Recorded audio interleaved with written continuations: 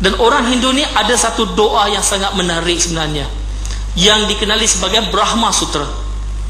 Bunyinya Ekam Braham Dwitya Naste Nian Naste Kinchan. Mahu terjemahan dia? Mahu? Ready? Okay. Bhagwan ek hi hai, dusra nahi hai, nahi nahi jara bhi nahi. Kata nak terjemahan, tak kata bahasa apa. Oh, dah bahasa Melayu. Tuhan itu satu, tidak ada Tuhan yang lain, tidak sama sekali tidak. Serupa dengan la ilaha illallah. Jadi inilah persamaan yang kita boleh bahawa kita boleh bincang dengan orang-orang Hindu.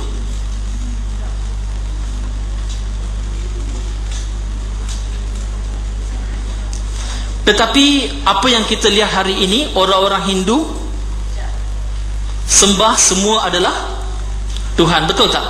Itu percaya orang-orang Hindu kan? Semua adalah Tuhan.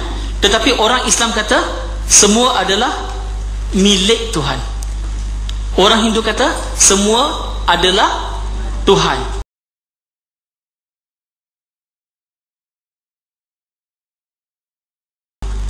Orang Islam kata semua adalah milik Tuhan.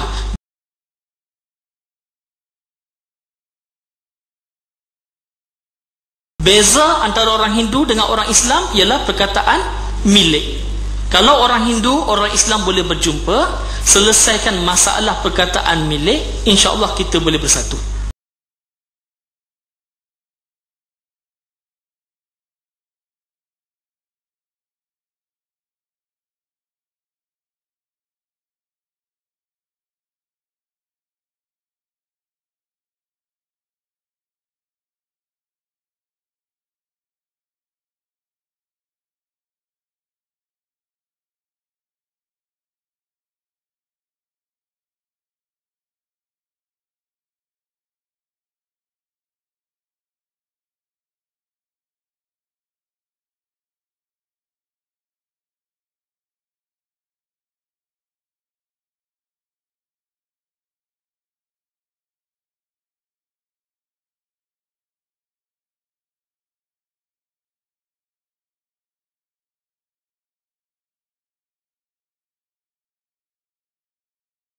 Kawan saya bukan Islam. Dia kata kenapa orang Islam sembah Kaabah? Kaabah itu batu. Manusia yang buat. Sama dengan orang bukan Islam yang sembah patung. Bijak kok kawanmu ni. Tapi dah mung tak bijak. Jadi kawanmu lebih bijak daripada mung. Dengar molek-molek. Dalam agama Islam bukan agama menyembah Kaabah. Menyembah Allah. Lepas tu kita takbir Allahu Akbar. Kita dah kata Al-Ka'batu Akbar. Turak. Dah tu ngadak ke Kaabah, arah untuk menyatukan. Kerana kita agama Tauhid. Tauhid bahasa Arab, Melayu makna satu.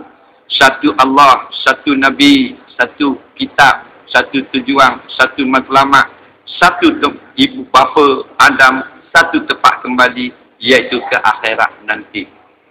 Orang kafir sembah berhala bukan arah berhala. Kita ambil berhala, kita alih sebelah kiri, dia akan disembah pula di kiri itu. Kalau tak percaya, pergi ke tempat berhala. Ada berhala duduk sini. Hari ni orang semayang. Esok orang mari semayang pula, kita ambil berhala, kita alih sebelah kiri. Masuk ramai-ramai mari tengok berhala tadi sudah ada di kiri. Kemarin di kanan. Maka dia akan semayang sebelah ada berhala ke sebelah kosong tadi. Dia akan hadap kepada berhala. Itulah penyembah batu. Adapun Kaabah, jikalau ditakdirkan datang alien, UFO, planet asing atau Amerika ke, mari malam cabut Kaabah, buat balik ke New York, maka kita tetap kena semayang menghadap Mekah, bukan menghadap New York. Faham lagi? Kerana kita diarah untuk menjuruskan arah ke arah Makkah, bukan kerana Kaabah.